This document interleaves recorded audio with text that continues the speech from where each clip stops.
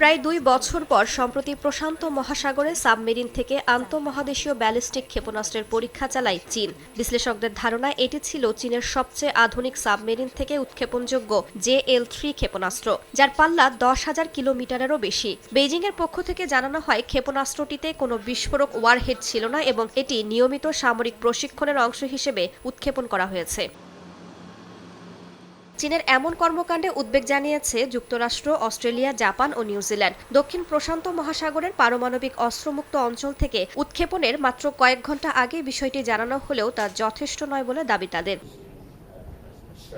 পেন্টাগনের দাবি, এ ধরনের ক্ষেপণাস্ত্র চীনের জলসীমা থেকেই যুক্তরাষ্ট্রের মূল ভূখণ্ডে আঘাত হানতে সক্ষম। অস্ট্রেলিয়ার প্রধানমন্ত্রী অ্যান্থনি আলবানিজ এই পরীক্ষাকে উস্কানিমূলক বলে মন্তব্য করেছেন। আর তাইওয়ানের অভিযোগ, আন্তর্জাতিক সম্প্রদায়কে ভয় দেখাতেই ক্ষেপণাস্ত্রের পরীক্ষা চালিয়েছে চীন।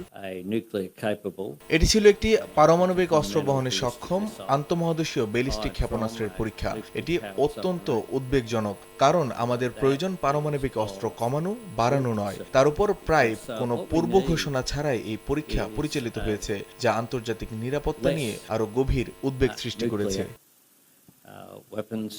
বিশ্লেষকদের মতে এটি শুধু ক্ষেপণাস্ত্র পরীক্ষা নয়, বরং ভারত প্রশান্ত মহাসাগরীয় অঞ্চলে চীনের সামরিক সক্ষমতা ও কৌশলগত প্রভাবের বার্তা। এর জেরে প্রতিবেশী দেশগুলোর সঙ্গে চীনের দূরত্ব বাড়বে বলে মনে করছেন তারা। রাইসা জান্নাত, সময় সংবাদ।